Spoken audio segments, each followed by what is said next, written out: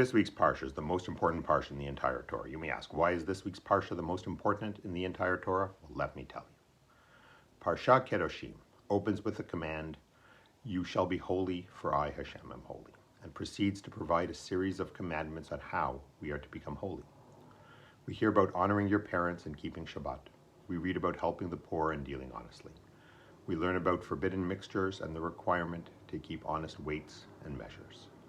But none of that is why this is the most important parsha in the Torah. The reason this is the most important parsha is because it contains a central principle of Torah, maybe the central principle according to Rabbi Akiva. Ve'ahavta l'reacha kamocha, love your neighbor as yourself. Rabbi Akiva famously identifies this as the core principle of Torah. But let's go back further than Rabbi Akiva. The core idea expressed in Ve'ahavta l'reacha kamocha was identified as a core tenet of the Torah in a famous story in the Talmud, Shabbat 31a. The story goes like this. There was an incident involving one Gentile who came before Shammai and said to Shammai, "Convert me on the condition that you teach me the entire Torah while I am standing on one foot." Shammai pushed him away with the builder's cubit in his hand.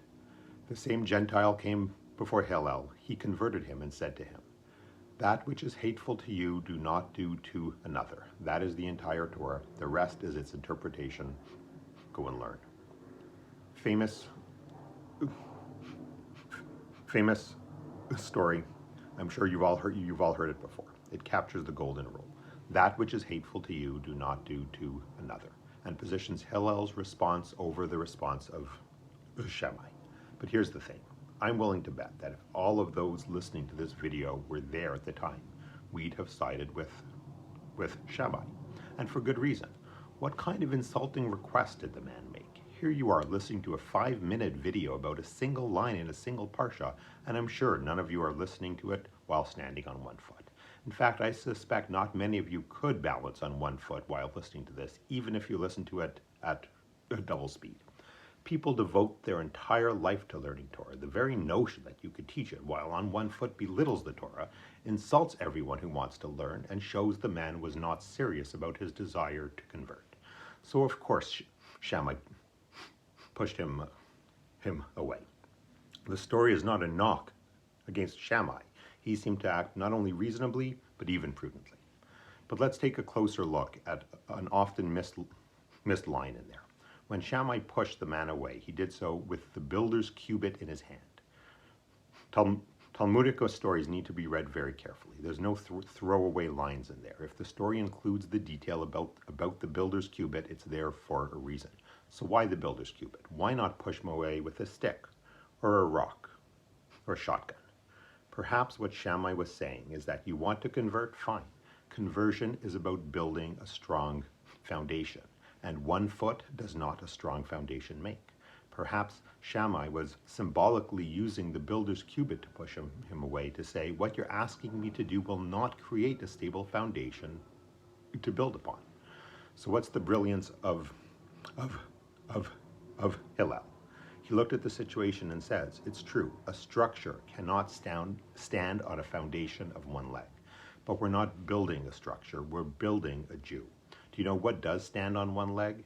Angels. And if Jews are like angels, then a Jew can be built on the foundation of one leg, but you need the right leg.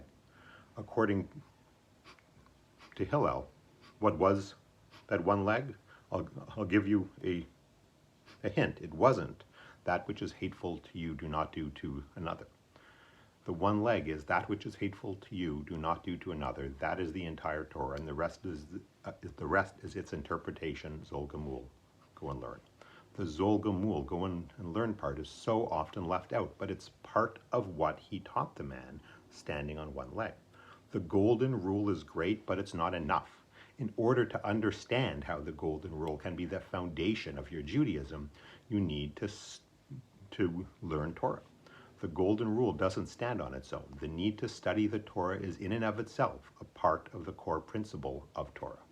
And that brings us back to our parsha and to you shall love your neighbor as yourself. Because here again, there's 2 extra words at the end of that are often left out. The verse is Ve'ahavta l'recha kamocha ani Hashem.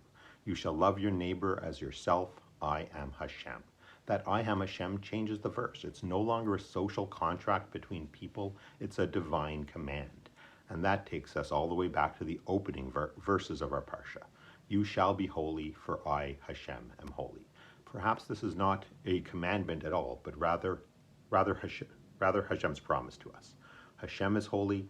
We're created in Hashem's image. And if we love our neighbors as ourselves, if we put into practice that which is hateful to you, do not do to another, and we zol gamul, go learn, well, that is a surefire recipe for holiness. That is one reason why this is the most important parsha in the entire Torah, but the other reason is that the most important piece of Torah is whatever piece of Torah you have in front of you right now. Zol gamul. Go and learn. Shabbat shalom and Am Yisroel Chai.